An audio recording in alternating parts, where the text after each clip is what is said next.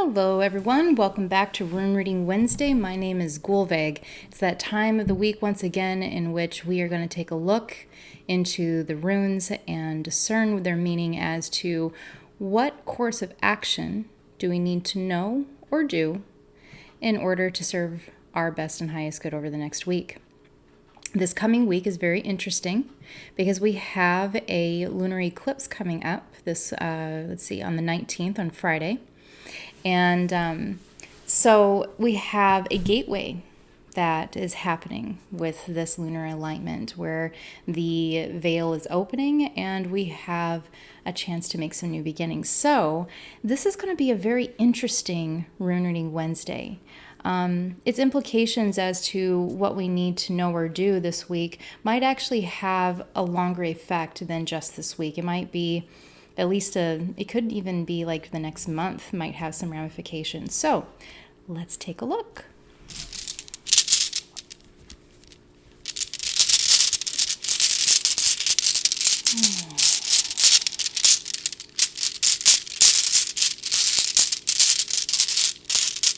All right, Rune Pool number 1. What do we need to know or do to serve our best and highest good? And go ahead and set that intention with me. What is it that you need to know the most at this time to serve your best and highest good over the next week?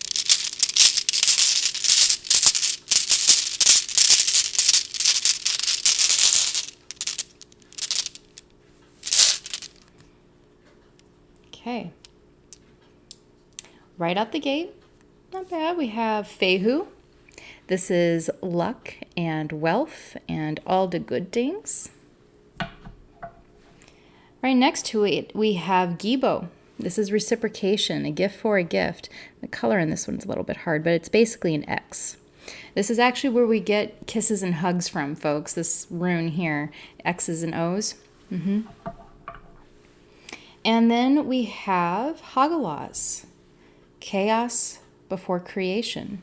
That'll be interesting to get some clarification on. And we have Thurasaz. This is about protection and also the insertion of will. All right, Rune Pool number 2. Same question, same intention.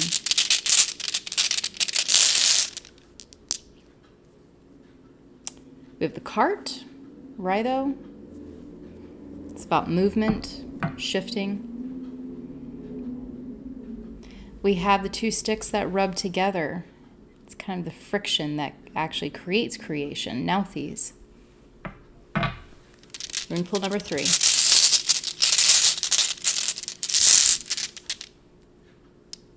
Tribe. Community. Manifestation, health and vitality. Urus. And the yew tree. The highway that connects all of the dimensions. So let's just take a moment and just tap into how all of them are playing with one another.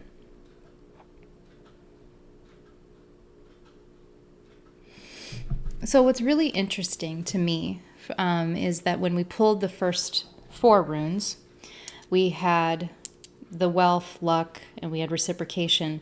But then right side by side with one another, we had chaos before creation. And then we have Thor's rune. And Thor is the, he tempers chaos. And then Thurasaz is his rune. So I think that's very interesting that we have the rune that's associated with chaos, which, by the way, chaos is part of the creative process. When things are allowed to die off or to let go, there is kind of this messy process where everything's dismantled before something new arises. So like, for example, we can think of like a forest fire, for example, even a natural one. You have the destruction of the fire. And then after the destruction of the fire, things are rather messy. And it looks like it's just absolute decay and absolute destruction. And if we didn't know like what the natural course of things were, we might think that, nothing good could come from that. And, but we know that the seedlings will come up. And in fact, redwood trees need the fire in order to be able to grow and be able to be healthy. So we have this natural, cycle that chaos comes before new creation. And then we have this tempering element of that chaotic element. And this is one of the reasons why this is associated with it as a protection rune, because this Thor is the protector of the common man. And so this is also about the insertion of will. So how might we be able to influence our circumstances in order to create transitions that are as graceful as possible? The other thing that comes to me is sometimes we can make things more difficult by resisting that part of the process. The part of the process of creating new beginnings, and allowing the old to die, that can be a really painful process. And most of us aren't really fond of that part of the process. It's pretty human nature to not really want the chaotic element at all. Like, can I just get skipped to the good stuff? And in this case, and actually in most cases, the answer is no, like that's just part of the process. However, that resistance to it can actually sometimes make it even more painful. So in what way can we temper the chaotic elements of whatever it is that we're being asked to let go of, especially in relation to the eclipse? Because eclipses are always a segue into a new beginning. And we always have a lunar eclipse, and then the next month there's a solar eclipse. So in December of 2021, we're going to have a solar eclipse, and we'll talk about that in a different video. So this whole month really is very much a transitory. The gates are opening, and then we get to kind of feel out what comes next for us. And then that comes to the two new runes, the next set, the second pull, which is Raido, which is movement. And this rune comes up a lot when people are in a type of transition, when people are moving either metaphorically or sometimes literally from one stage of life or one environment or context or relationship to another. And one of the reasons why I brought up the resistance piece is because of Nauthiz. And Nauthiz is literally the rub that creates something new. It's that friction. I've talked in other videos about Nauthiz and have described this as, that the mantra is the necessity is the mother of all invention. And Nauthiz is definitely kind of that embodiment of that energy. That there is this kind of tension that happens as we go through a creative process. Most human beings, we don't live our best life on the couch. And unfortunately, we're the most comfortable on the couch. A little bit of discomfort is typically actually pretty good for us human beings. Not going into like pain, but a little bit of tension, a little bit of necessity can inspire great things. So the moral of that, between Nauthiz and Thorasaz and all of this movement that's coming through is what might we want to create with the ashes? We don't have to come up with the answer. We don't have to even know what's next. In fact, a big part of this lunar eclipse is being okay with the not knowing, is relaxing with the not knowing, is to explore the unknown, like the Fool card in the tarot. The Fool doesn't know what he's jumping into. And that's okay. That's okay. So we might feel, because we have Fehu and Gibo, which were the two first runes that came up, there is a possibility, because Hagalos came right after these, there is a possibility that we might question our luck, our fate, and our relationships. How how reciprocal are our relationships right now. This can be professional, could be at your job. Like, are you getting paid a reasonable wage, or like, do they just keep putting more on your plate, more and more, and they just, don't really, but you're not getting reciprocated any more than what is usual? Are you always the go-to person and people just keep expecting more of you, but there's not a whole lot coming in return? Those are some of the things that we might reanalyze right now, especially with Haggalos and Thurisaz coming up after those. And with Fehu being in the mix, there's a very good chance that we might be reanalyzing our relationship to money, or our relationship to how we create money, how we create wealth. Are we getting a fair shake? Are we fulfilled? Is there something that might serve us better? A lot of folks right now are reanalyzing what the role of purpose and joy play in their life.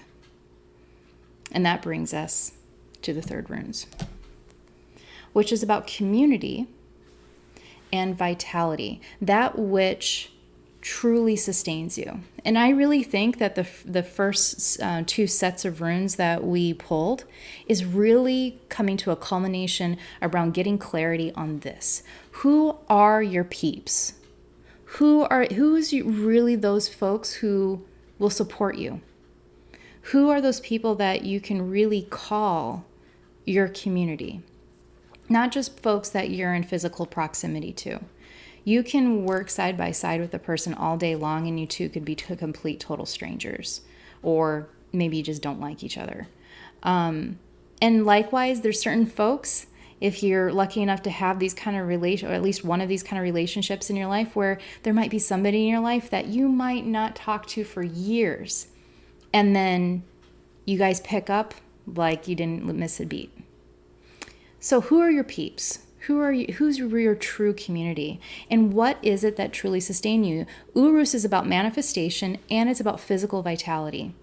It's about our resources that sustains our health, our energy, our strength, our fortitude, and our courage. So we might start off re-examining our relationships, and especially with Fehu and Gibo, I think for a lot of folks, this is going to be professional because of because of money is in the play with that. So career, or you might be reorganizing like your family structure, like how do you guys make ends meet and make that all work for everybody? Who is the breadwinner in your household? Like that might even switch and change. So there's a lot of shift and change that starts off with this concept of reciprocation and monetarily, but also it can come in other ways too. Can come in as appreciation, validation, title, promotions, authority, like can come in a lot of different ways. Reciprocation takes a lot of different forms. So there's going to be this reanalyzation, which then eventually, after a little bit of tension and the desire to move ahead, there will be this real just almost like burning desire, because Nauthiz is about the two sticks that rub together that create the bonfire. So there is heat that's associated with this. So there's going to be this kind of this tug, this pull, this tension, if you will, to really move ahead. But this week, we may not have the clarity this week on exactly what that it is. We may have to wait for the details a little bit. And the runes are saying that that's okay, that the clarity is going to come, that right now just reanalyzing and just being aware and taking stock of what's working, what's not working, what needs to go, and walking through that portal that the eclipse is making this week is what eventually is going to create the clarity of who and what supports our true vitality. And when we're connected with those resources and those people, we will find that we ourselves feel stronger. and feel more courageous. It's a lot easier to face our fears and live courageously when we feel that we're supported. So, who are your peeps? Who are the folks who will stand beside you even when you're not so glittery and you're not in your best version of yourself, even when you're a little messy? I think we're going to find that out in this week and maybe even to next week. And this week is planting the seeds for that clarity so that we can truly have an authentic community that really are people that we can lock arms with, folks that we know we can count on, and identify our resources that will allow us to manifest with a little bit more grace, a little bit more ease, and our resources that will allow us to feel physically more strong. Like, so if you've been feeling physically weak, if you've been feeling emotionally or mentally kind of drained, now is the week where take the time and do the due diligence to take stock and find out who and what really helps you rejuvenate when you're feeling lethargic, run down, or even a little depressed. I'm going to be doing an Instagram video on the role of beauty, because that is something that has very much helped me over the last, really I've been delving into the concept for the last 6 months. Over the last 18 months, though, I've gone on through my own journey, the kind of the dark night of the soul. And one thing that has very much helped me find medicine in that is this concept of beauty, and to connect with that. And that's very much a Feihu kind of energy. Freya, the goddess of beauty, is the goddess associated with this rune. And I don't think that it's any mere coincidence that beauty and money are usually represented by the same deities. So beauty is what supports and nourishes the heart. Money, it's a representational tool that supports us physically. You know, I mean, at one point in time, the whole energy of money might have been, you know, trading goats or cattle, which, by the way, is Feihu. We associate Feihu with money now, but it used to be associated with cattle, because cattle was like the like what signified how rich a person was. So money is just a representational form of the energy that nurtures us physically. So I think it's very interesting that to take a look at beauty as potentially being the same type of energy as money. And what if expanding our capacity to receive can be accessed through expanding our capacity to receive that which is beautiful in life? Just a thought. All right, guys, thank you so much for joining me here for Rune Reading Wednesday. On Friday, we will be posting a a lunar tarot report for this this lunar eclipse. So I'm really excited about it. We'll see what happens. All right, everyone, have a wonderful rest of your week, and I'll see you back here on Wednesday for another Rune Reading Wednesday.